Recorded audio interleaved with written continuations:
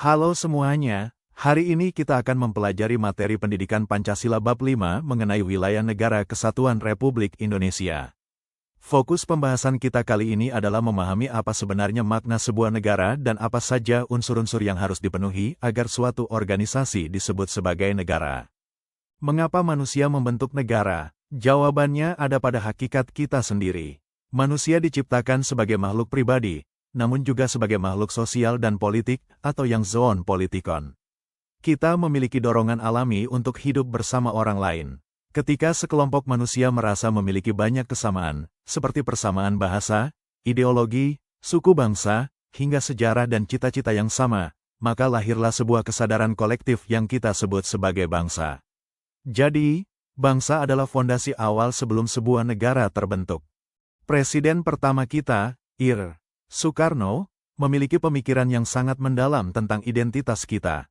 Beliau menekankan bahwa bangsa Indonesia bukan sekadar kumpulan orang yang tinggal di wilayah kecil seperti Minangkabau, Sunda, atau Bugis.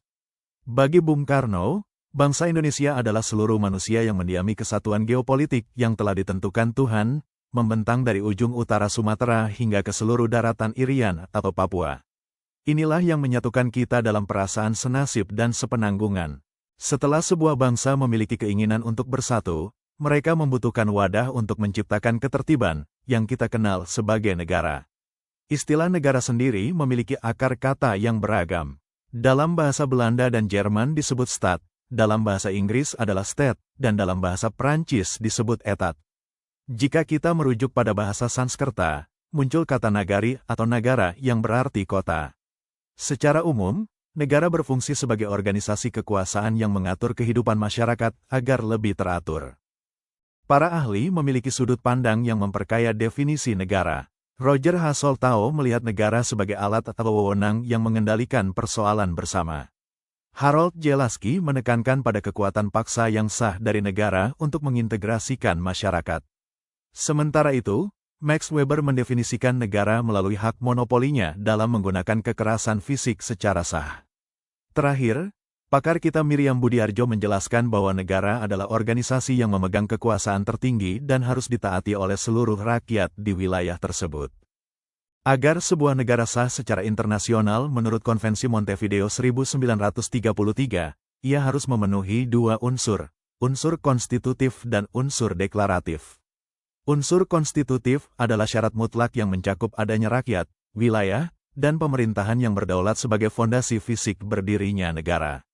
Sementara itu, unsur deklaratif berupa pengakuan dari negara lain berfungsi sebagai syarat tambahan agar negara tersebut bisa menjalin hubungan diplomatik dan kerjasama internasional. Jika unsur konstitutif membuat sebuah negara ada secara nyata, maka unsur deklaratif membuat negara tersebut diakui dan dapat berinteraksi secara sah dalam pergaulan dunia. Mari kita bedah unsur konstitutifnya.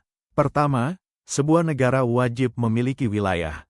Wilayah ini bukan hanya daratan, tapi juga mencakup laut dan udara di atasnya dengan batas-batas yang jelas dan diakui.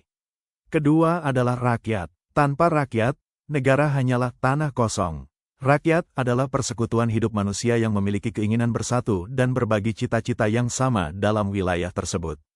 Rakyatlah yang menjadi penggerak utama kehidupan sebuah negara. Unsur konstitutif ketiga adalah pemerintahan yang berdaulat.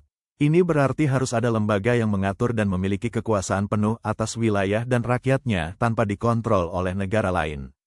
Terakhir, ada pengakuan negara lain. Ada pengakuan secara de facto, yaitu pengakuan berdasarkan kenyataan fisik bahwa negara itu sudah ada. Dan ada pengakuan secara de jure, yaitu pengakuan resmi di mata hukum internasional melalui perjanjian yang sah, sehingga negara tersebut bisa menjalin hubungan diplomatik dan kerjasama global. Dari penjelasan tadi, kita bisa memahami bahwa negara adalah organisasi besar yang lahir dari keinginan luhur sebuah bangsa untuk hidup tertata dan merdeka. Sebagai bagian dari Negara Kesatuan Republik Indonesia, memahami unsur-unsur ini membantu kita menghargai kedaulatan yang kita miliki sekarang.